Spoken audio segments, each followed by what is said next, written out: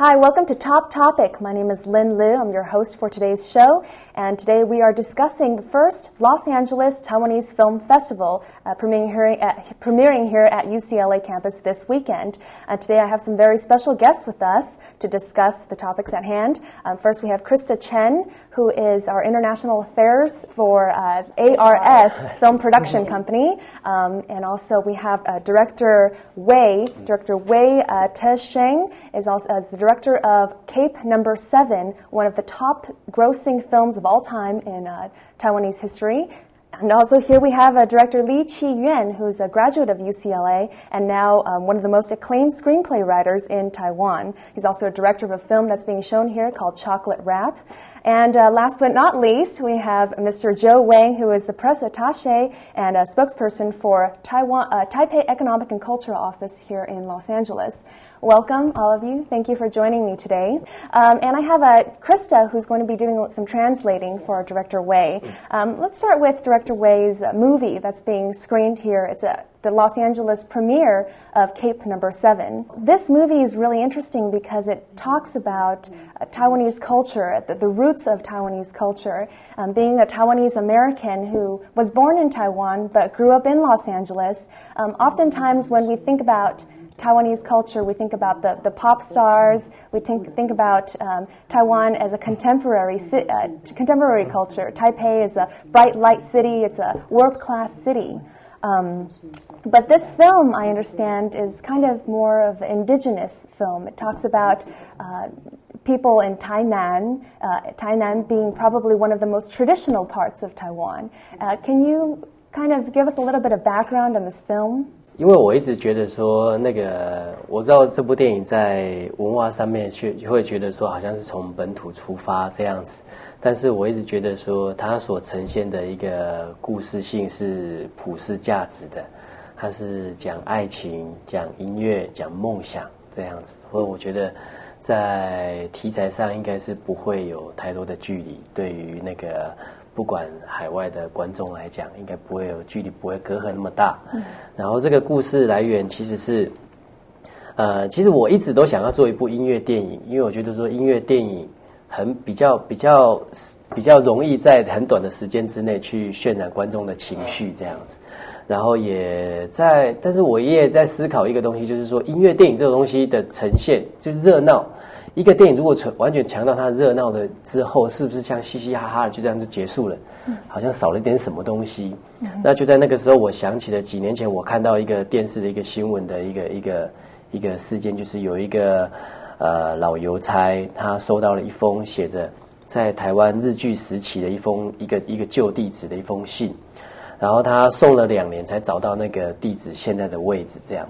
虽然那是一个硬邦邦的东西啦，可是我那时候在想说，如果那是一封情书的话，那该有多浪漫这样，所以就把这个比较被遗忘60年的情书为背景，然后用比较阴柔的浪漫的故事，再加上一个比较摇滚的音乐的爱情故事，两个把它互相结合在一起，能够凸显让一个简单的故事让它有背景，让它有厚度，这样，所以就有这部电影的。Okay, 谢谢。And Director Wei thought that the film should be very universal things,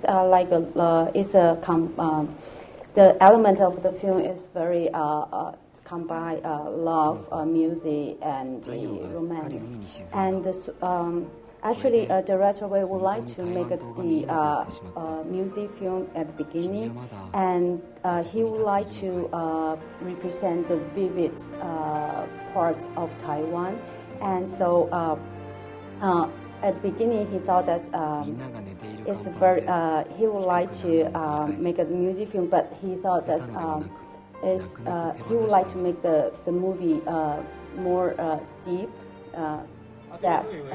So 4 years ago, he saw the story news, and that there was a old elder postman. He got a letter from Japan, and that letter was the address written on the letter was Japanese like the old address during the Japanese occupation. In time that was 60 years ago. So he thought that. So director Wei thought, wow, that would be really romantic if the address, if the letter is a love letter. So that's why he combined. He would like to combine his original idea that make a music movie, and that later which represent love and romance.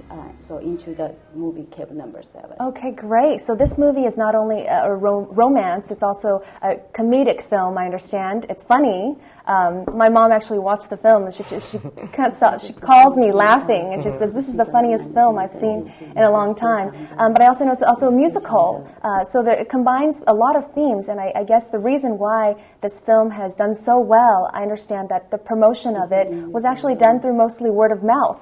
Because it just did so well, and people loved it so much because of the universal themes of love and of harmony, of music and friendship, and all of those things. So people really enjoy that. And so I guess another question is, you had an original project that you wanted to do before this project came about. Now, how did you go from your original project into making this film?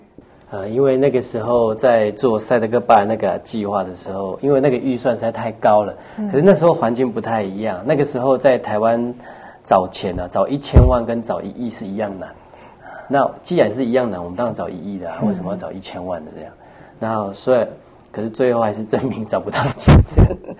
然后可是我们还是努力做了大概3年4年以后，我们才决定说，那也许应该从另外一个角度切进去，所以就在那个时候决定做一部《海角七号》这部电影，然后希望它能够再创造一些可能的票房，然后制造我们下一次的机会。所以大概就这样，所以先做了《海角七号》。接下来果然因为这个《海角七号》的原因，让我们可以回头去做赛德克巴莱那个计划，而且机会更大，然后我们的自主性也更高了，这样。A few years ago, Director Wei would like to make the film Sidek Ballet. That's right. About the Aboriginal people. The USA incident happened in the 1930s of Taiwan.